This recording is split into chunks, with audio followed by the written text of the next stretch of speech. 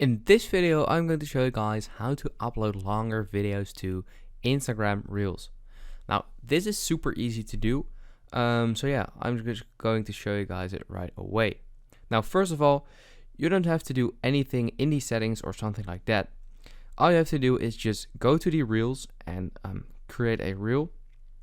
And then instead of immediately recording a Reel like that, what you want to do is on the left, you have like the different settings, and you have the sort of like 15 seconds mark right there. If you click on it, as you can see, it will turn into 30 seconds, and if you click on it again, it will turn back to 15 seconds.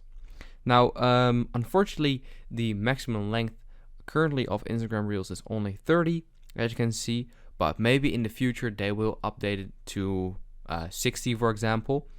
But yeah, currently it's set on 30 max.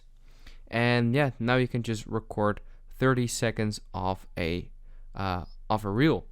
So I hope this video helped you out. Please leave a like and let me know in the comments if it worked, and I'll see you next time. Have a good day.